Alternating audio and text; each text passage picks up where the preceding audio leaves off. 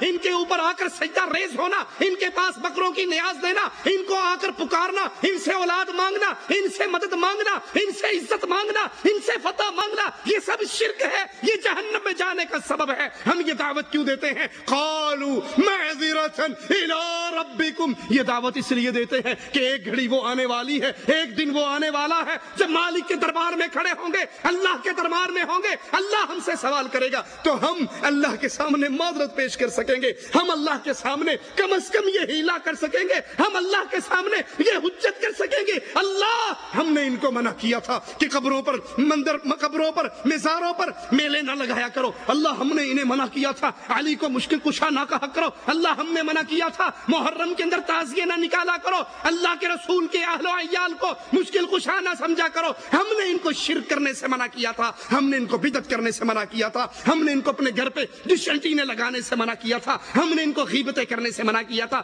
ہم نے ان کو داڑیاں شیو کرنے سے منع کیا تھا، ہم نے ان کو گانے سننے سے منع کیا تھا، ہم نے ان کو بیویوں کو بے پردہ گھمانے سے منع کیا تھا، ہم نے ان کو سود کھانے سے منع کیا تھا، ہم نے ان کو زنا کرنے سے منع کیا تھا۔ قالوا معذرۃ الی ربکم، ہم اپنی جان چھڑانے کے لیے کام کر رہے ہیں، ہمیں یہ بات کی بات ہے کہ یہ ہدایت یافتہ ہو جائے، ہدایت یافتہ ہونا سیکنڈ پارٹ ہے، دوسرا سٹیپ ہے، پہلا سٹیپ یہ ہے کہیں دعوت نہ دینے کے جرم میں جہنم میں نہ چلا جاؤں، میں دعوت اس لیے دے رہا ہوں کہ اپنی جان کو بچاؤں، اپنے آپ کو آگ سے دور کروں۔ معذرۃ الی ربکم، سب سے پہلے میں اپنی جان بچانے کے لیے اللہ کی توحید کی دعوت کا کام کرتا ہوں۔ وَلَعَلَّهُمْ يَتَّقُونَ، ایک مقصد تو یہ ہے کہ دعوت دے کر میری جان بچ جائے، دوسرا مقصد یہ ہے ہو سکتا ہے ان میں سے کوئی ہدایت پا جائے۔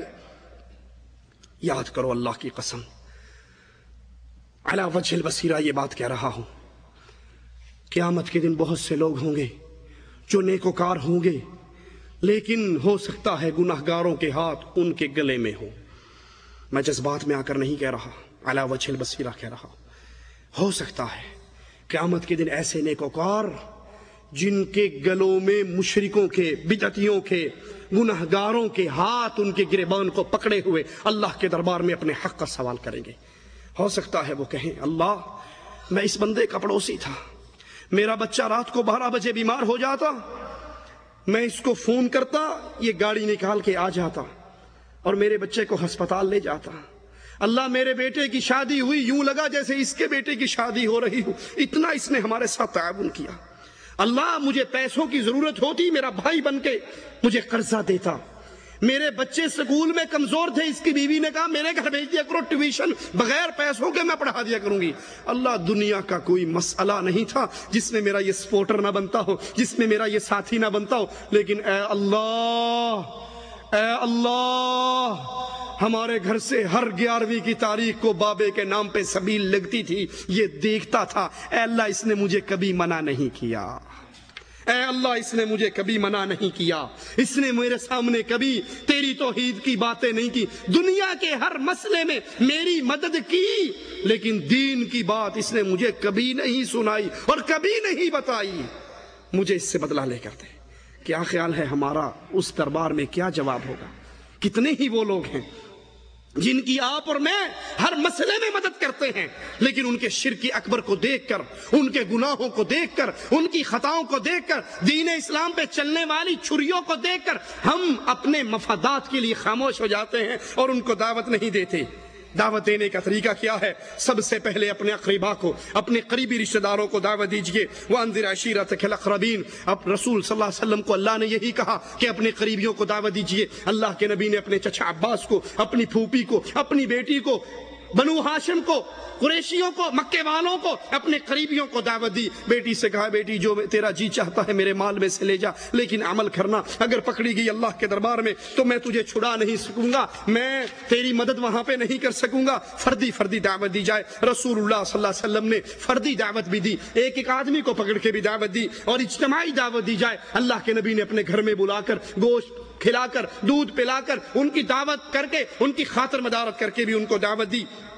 اللہ کے نبی صلی اللہ علیہ وسلم نے خطوط اور ایلچی بھی بھیجے، خطوط بھی روانہ کیے۔ آپ بھی اپنے جن لوگوں سے آپ کے رابطے نہیں ہو سکتے ان تک آپ کا خط کا رسالے کے ذریعے ان کو اللہ کے نبی کی اس دعوت کو پہنچائیے، رسول اللہ صلی اللہ علیہ وسلم کی سیرت کو پہنچائیے۔ اللہ کے نبی نے لشکر بھی روانہ کیے، رسول اللہ صلی اللہ علیہ وسلم نے عورتوں کو بھی دعوت دی۔ آپ خطبہ ارشاد فرما کے پھر عورتوں کی مقر میں آئے اور ان سے کہا ہے عورتوں صدقہ اور خیرات کرو، میں نے اکثریت تمہاری جہنم میں دیکھی۔ ایک عورت کہتی ہے اللہ کے نبی ہماری اکثریت جہنم میں کیوں؟ فرمایا تمہارے اندر دو برائیاں ہیں، ایک برائی تو یہ ہے تم ناشکری کرتی ہو، خاوند ساری عمر تمہیں کھلاتا پلاتا تمہاری ڈیمانڈیں پوری کرتا رہے، کسی ایک دن اگر یہ بیچارہ تمہیں تمہاری لسٹ پوری کر کے نہ لا کر دے سکے، کوئی چیز تمہیں پرووائیڈ نہ کر سکے، تو پھر ایک دفعہ تمہاری چیز لانے میں اس سے کوتاہی ہو جائے، پچھلے سارے پہ پانی پھیر کے کہتی ہو جدوں دی تیرے گھر آئیاں ایویں رون ڈئی ہیں، میں سکھ نہیں ویکھیا جدوں دی تیرے، پتہ نہیں کیڑا پیڑا وقت سی جدوں میرا تیرا نکاح ہویا سی، کبھی میری کوئی شے لے کے دیتی، کبھی کچھ دیا مجھے، جب سے آئی ہوں بس پتہ نہیں ماں باپ کیا دیکھ کے رشتے کر دیتے ہیں۔ اللہ کے نبی نے فرمایا تمہارے اندر یہ بہت بڑی برائی ہے کہ ایک غلطی خامن سے ہو جائے ساری پچھلی پہ پانی پھر جائے گا، اور دوسرا تم لعنتیں بہت کرتی ہو، اولاد پہ لعنت، منڈی ٹوٹا لخ لعنت، پھٹے منہ تیرا، عورتوں پہ لعنت، خادموں پہ لعنت، اس طرح تمہاری زبان سے لعنت اور پھٹکار کے الفاظ بہت زیادہ نکلتے ہیں۔ اللہ کے نبی صلی اللہ علیہ وسلم نے بچوں کو دعوت دی، ایک یہودی بچہ مر رہا، اللہ کے نبی صلی اللہ علیہ وسلم اس کے گھر گئے، اس نے کہا ہے بچے قل لا الہ الا اللہ، تو لا الہ الا اللہ پڑھ لے۔ اس نے اپنے باپ کو دیکھا، باپ نے کہا کہہ دے جو ابوالقاسم کہہ رہا ہے، اس نے کلمہ پڑھا، اللہ کے نبی اٹھے، اس کی آخری ہچکی کی آواز بلند ہوئی، نبی کا چہرہ پھول کی طرح کھل اٹھا کہ اللہ کا شکر ہے ایک جان جہنم سے اور آزاد ہوگی۔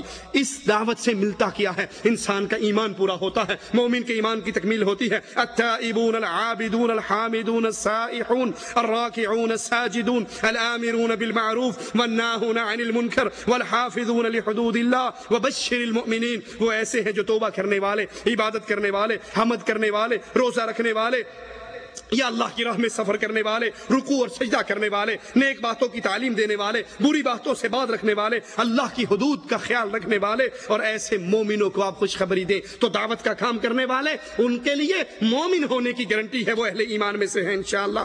اللہ کی طرف دعوت دینا مومن ہونے کی گارنٹی ہے، مومن ہونے کی نشانی ہے کہ مومن اللہ کے دین کا داعی ہوتا ہے۔ قرآن بیان کرتا ہے وَمَنْ أَحْسَنُ قَوْلًا مِّمَّنْ دَعَا إِلَى اللَّهِ وَعَمِلَ صَالِحًا وَقَالَ إِنَّنِي مِنَ الْمُسْلِمِينَ۔ اس سے بہتر بات کس کی ہو سکتی ہے؟ جو اللہ کی طرف بلائے، جو عمل صالح کرے اور جو اپنے ایمان مسلمان ہونے کا اعلان کرے۔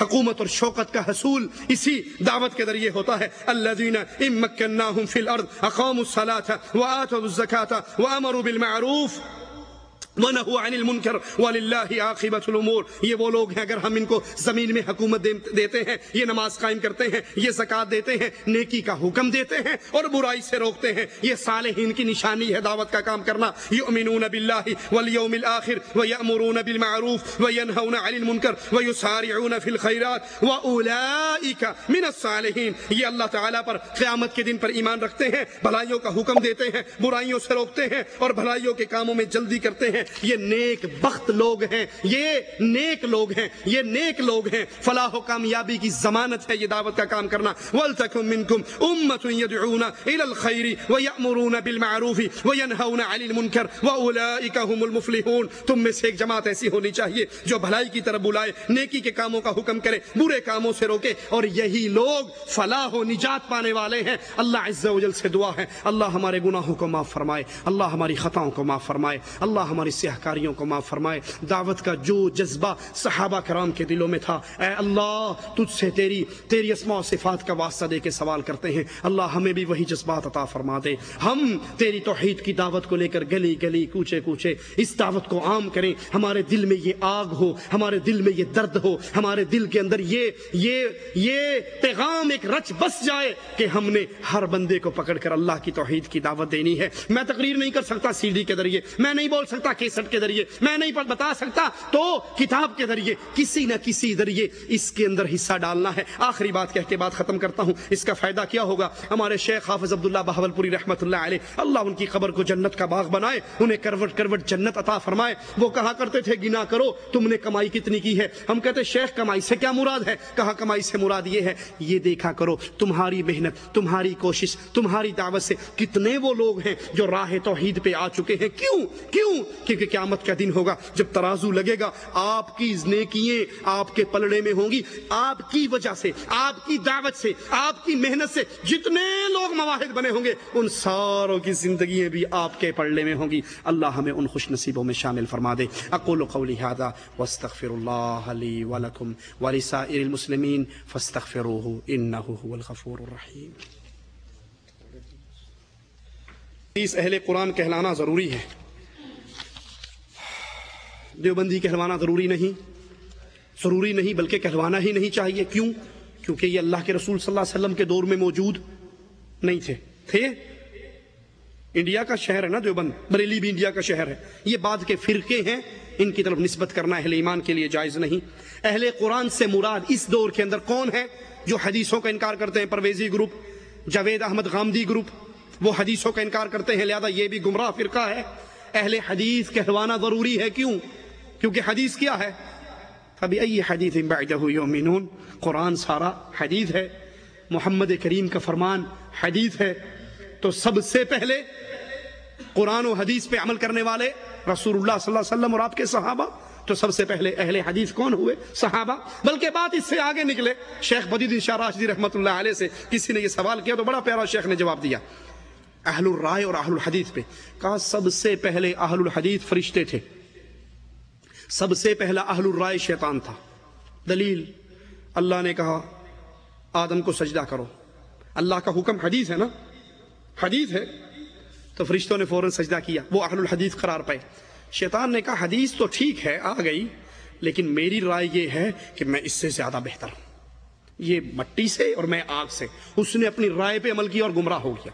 تو اہل الحدیث کہلوانا اس لیے ضروری ہے کہ اللہ کا قرآن یہ بھی حدیث، محمد کا فرمان یہ بھی حدیث، اور ہم اہل الحدیث ہیں کہ اللہ کے قرآن اور رسول اللہ صلی اللہ علیہ وسلم کے فرمان پہ چلتے ہیں۔ اسی لیے امام احمد بن حنبل رحمۃ اللہ علیہ فرما کر گئے کہ اگر طائفہ منصورہ، کامیاب ترین لوگوں کی جماعت، اگر یہ اہل حدیث نہیں تو پھر میں نہیں جانتا کہ وہ کون سی جماعت ہے۔